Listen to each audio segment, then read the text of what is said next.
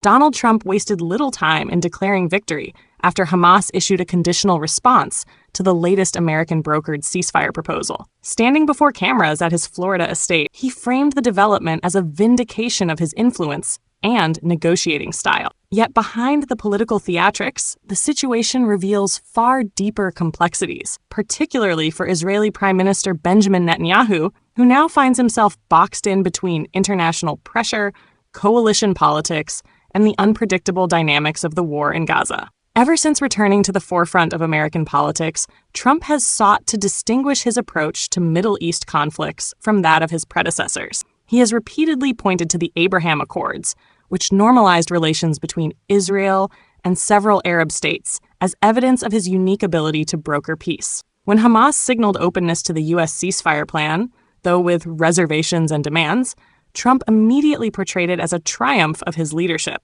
In his telling, it was his calls for toughness and clarity that pushed both Israel and Hamas toward compromise. But the reality is more complicated. The Biden administration, backed by European and Arab mediators, has spent months working on a framework to pause the war. Hamas' response was less a concession to Trump than a calculated move to exploit divisions within Israel and international politics. Still, Trump's claim of victory adds a new layer of political pressure, especially for Netanyahu. For the Israeli prime minister, the ceasefire debate has become a political minefield.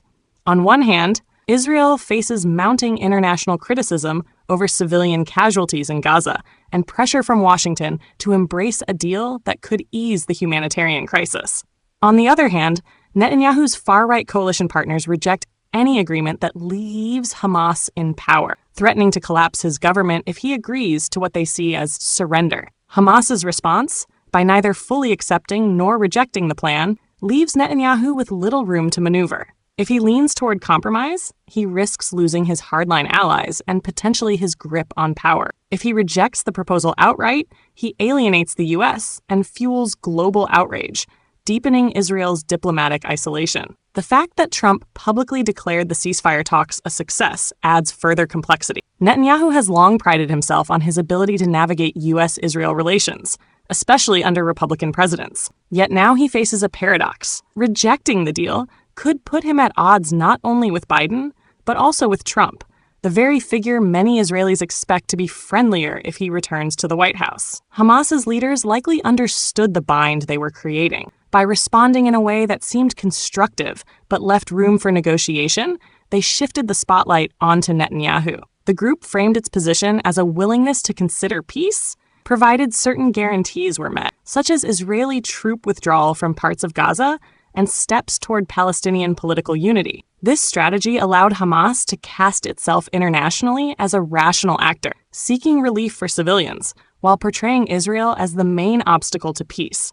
It also played into growing frustration within the Israeli public, where families of hostages continue to pressure the government for a deal that could bring their loved ones home. For the Biden administration, the episode underscores how difficult it has become to steer the conflict toward de-escalation. While U.S. officials welcomed Hamas's response as a step forward, they avoided celebrating prematurely, mindful of Netanyahu's fragile political situation. The White House knows that pushing him too hard could backfire, empowering his far-right critics and prolonging the war. Trump's intervention complicates matters further.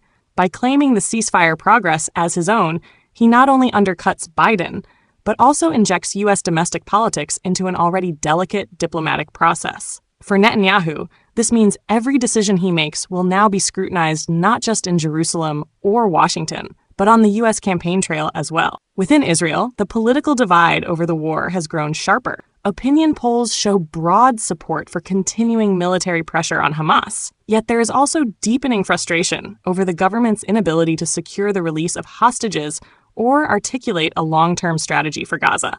Protests have swelled in Tel Aviv and other cities, with demonstrators accusing Netanyahu of prioritizing his political survival over national interests. Far-right ministers like Itamar Ben-Gvir and Bezalel Smotrich have threatened to topple the government if Netanyahu accepts a ceasefire that leaves Hamas intact. At the same time, more moderate voices, including some in the security establishment, argue that without a political framework, Israel risks being dragged into an endless cycle of conflict. This leaves Netanyahu trapped. Any path he chooses risks fracturing his support base, either at home or abroad. Hamas's carefully worded response and Trump's quick declaration of victory only tighten the vice. The broader region is watching closely. Arab states that normalized ties with Israel under the Abraham Accords face domestic pressure to distance themselves from a government seen as prolonging bloodshed in Gaza. Egypt and Qatar, central to ceasefire mediation, view the latest developments as an opportunity but also a potential flashpoint if negotiations collapse. Iran, meanwhile, sees advantage in Netanyahu's predicament. By supporting Hamas and other militant groups, Tehran hopes to weaken Israel diplomatically and strain its ties with Washington. Every day, the war drags on. Iran's narrative that Israel cannot secure peace through force gains traction across the Middle East. At the heart of the drama is a collision between international diplomacy and domestic politics in both Israel and the United States. Biden seeks a breakthrough that could stabilize the region and demonstrate effective U.S. leadership. Trump seeks a narrative that bolsters his image as a deal-maker.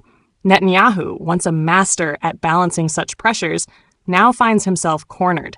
By claiming credit for Hamas' response, Trump effectively raised the stakes for Netanyahu. Rejecting the ceasefire would not only defy Biden, but also risk alienating a potential future ally in Washington. Accepting it, however, could collapse his coalition and end his political career.